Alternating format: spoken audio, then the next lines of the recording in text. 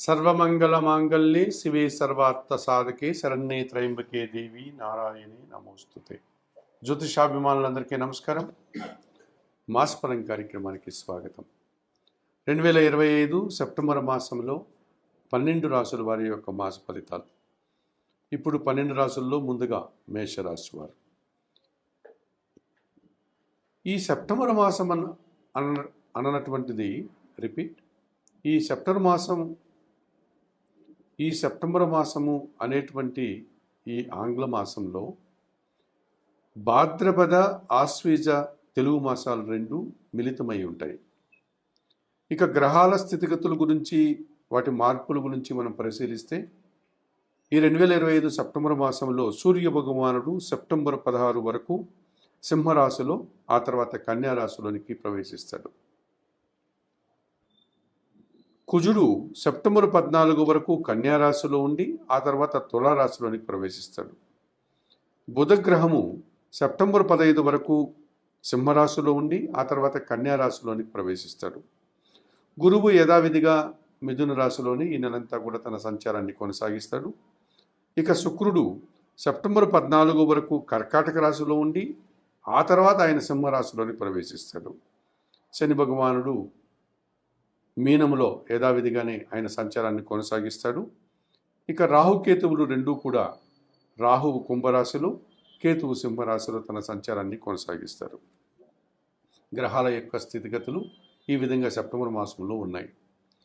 ఈ సెప్టెంబర్ నెల 8వ తారీఖు నుండి అనగా సోమవారం నుండి ఈ సెప్టెంబర్ నెల 21 ఆదివారం అమావాస్య వరకు పితృపక్షాలు ఉన్నాయి. అనగా మహాలయ పక్షాలు ఈ సెప్టెంబర్ నెల 8వ తారీఖు సోమవారం నుంచి ప్రారంభమవుతాయి.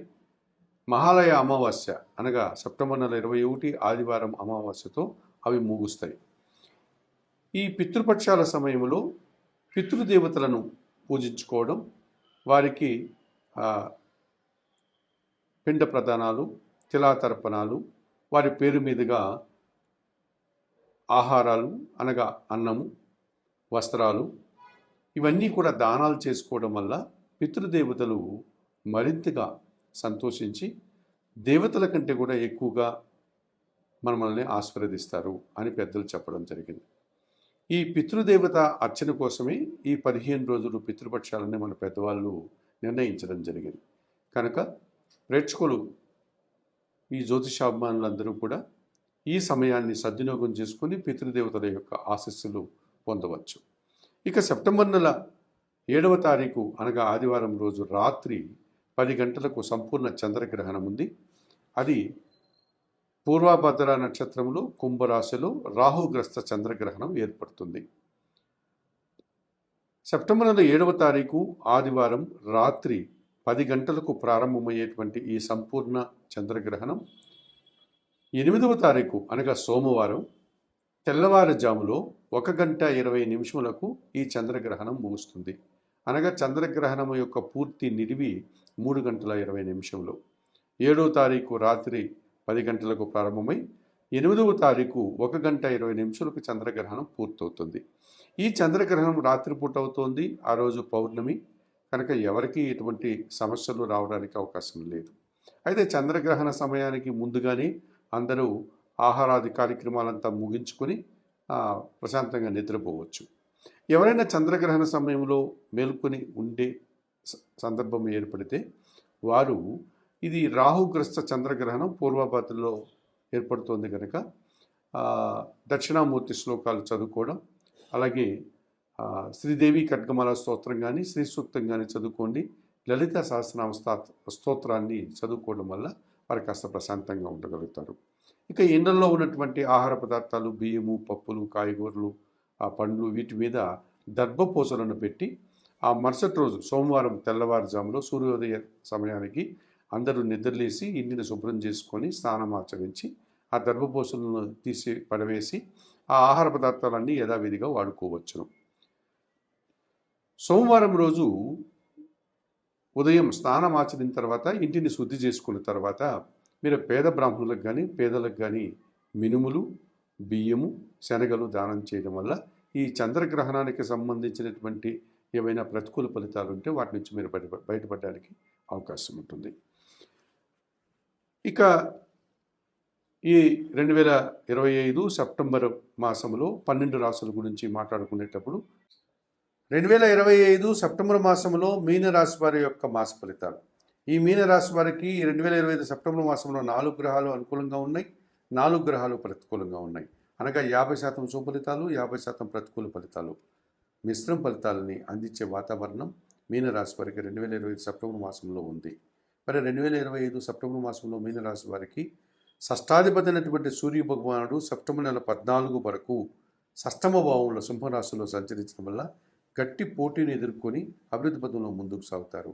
అధికారుల అండదండలతో నూతన ఉద్యోగాలు కానీ, ఉన్న ఉద్యోగంలో పదోన్నతులు కానీ, తండ్రి నుంచి సహాయం కానీ, ప్రభుత్వం నుంచి సహాయం కానీ పొందగలుగుతారు మీనరాశి వారు. చతుర్థ సప్తమాధిపతి అయినటువంటి బుధుడు ఈ నెలంతా సప్తమ భావాల్లో అనగా సింహ కన్యా రాశుల్లో సంచరించడం వల్ల కుటుంబంలో శుభ కార్యక్రమాల నిర్వహణ, మీ వ్యాపారం విస్తరణ మరింతగా పెరుగుతుంది. కుటుంబం కోసం నూతన వస్తువులు కొనుగోలు చేస్తారు. వ్యాపారాభివృద్ధి, ఆర్థిక బలం పుంజుకుంటారు. తృతీయ అష్టమాధిపతి అయినటువంటి శుక్రుడు సెప్టెంబర్ నెల 14 వరకు పంచమ భావంలో కర్కాటక రాశిలో సంచరించడం వల్ల స్త్రీజన సహకారంతో కొన్ని కార్యక్రమాలు నిర్వహిస్తారు. విందు వినోదాల్లో పాల్గొంటారు. కుటుంబ సౌఖ్యాన్ని కూడా అందుకుంటారు. షష్టమంలో సింహరాశిలో కేతువు సంచరిస్తున్నాడు. నిరాడంబరంగానే వృత్తి, ఉద్యోగ, వ్యాపార, వ్యవసాయ రంగాల్లో అభివృద్ధిని సాధిస్తారు. భగవంతుని ఆశీస్సులు కూడా అందుకుంటారు. 2025 సెప్టెంబర్ మాసంలో ఈ మీనరాశి వారికి రవి, బుధుడు, శుక్రుడు, కేతువు 4 గ్రహాలు ప్రధానంగా సంచరిస్తూ ఎక్కువ శుభ్రతలను అందిస్తున్నాయి. అలాగే ప్రతికూలంగా ద్వితీయ భాగ్యాధిపతి అయినటువంటి కుజుడు ఈ నెలంతా కూడా సప్తమ అష్టమ భావాల్లో అనగా కన్యా తులా రాశుల్లో సంచరించడం వల్ల మీ మాటల వల్ల అపార్థాలు, భూవాహన సమస్యలు, వాహన ప్రమాదాలు, కొన్ని ఇబ్బందులు రావడానికి అవకాశం ఉంది. జన్మరాశ్యాధిపతి దశమాధిపతి అయినటువంటి గురువు ఈ నెలంతా కూడా చతుర్థంలో మిథున రాశిలో సంచరించడం వల్ల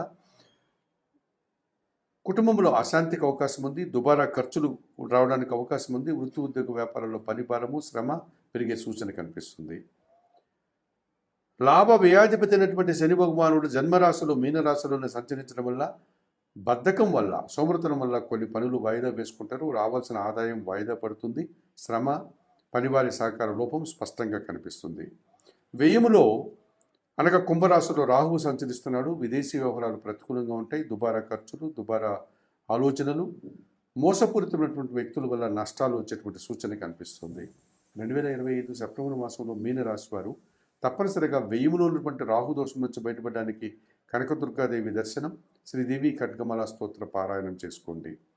జన్మ శని దోషం నుంచి బయటపడడానికి శనీశ్వర దర్శనం లేక ఈశ్వరునికి పాలాభిషేకం, బిల్వాష్టక పారాయణం చేయండి.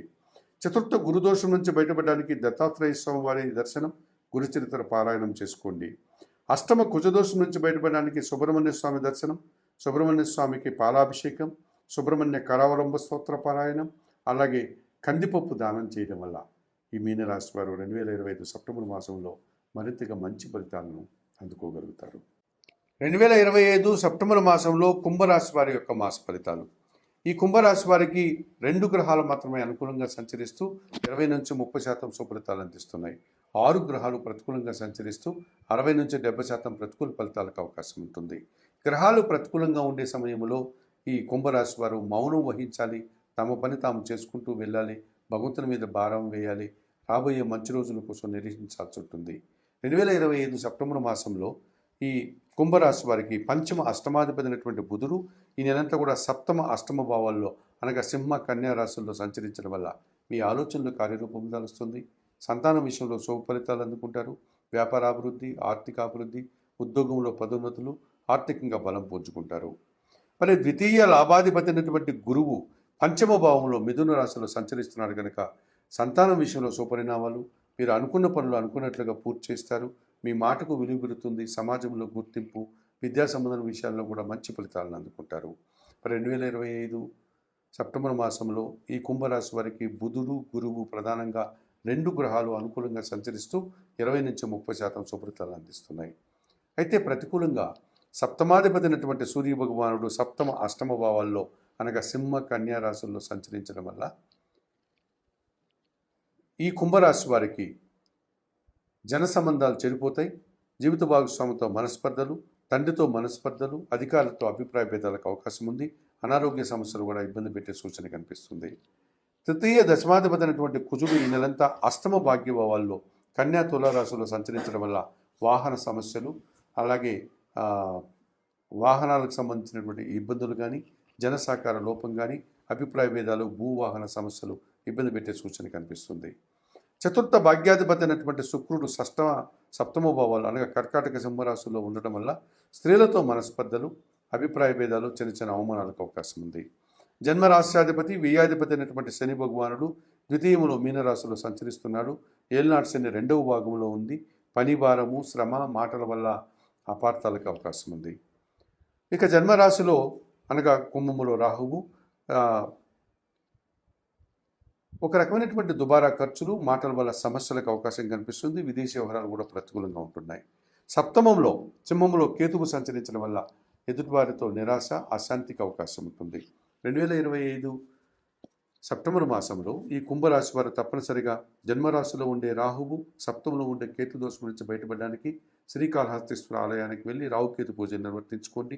ద్వితీయ శని దోషం నుంచి బయటపడడానికి శనీశ్వర దర్శనం లేక ఈశ్వర దర్శనం మీకు ఉపశమనాన్ని ఇస్తుంది. సప్తమ శుక్రదోషం నుంచి బయటపడడానికి లక్ష్మీదేవి దర్శనం, కనకధారా స్తోత్రం పారాయణం, అలసందలను అనగా బొబ్బర్లను శుక్రవారం రోజు పేదవారికి దానం చేయడం వల్ల కాస్త ప్రశాంతంగా ఉండగలుగుతారు. అష్టమ కుజదోషం నుంచి బయటపడడానికి సుబ్రహ్మణ్య స్వామి దర్శనం, సుబ్రహ్మణ్య స్వామికి అభిషేకం, ఎర్రటి పండ్లు దానం చేయడం వల్ల ప్రశాంతంగా ఉంటారు. సప్తమ రవిదోషం నుంచి బయటపడడానికి నిత్యం సూర్య భగవాని దర్శనం, సూర్యాష్టక పారాయణం వల్ల మరింతగా మంచి ఫలితాలను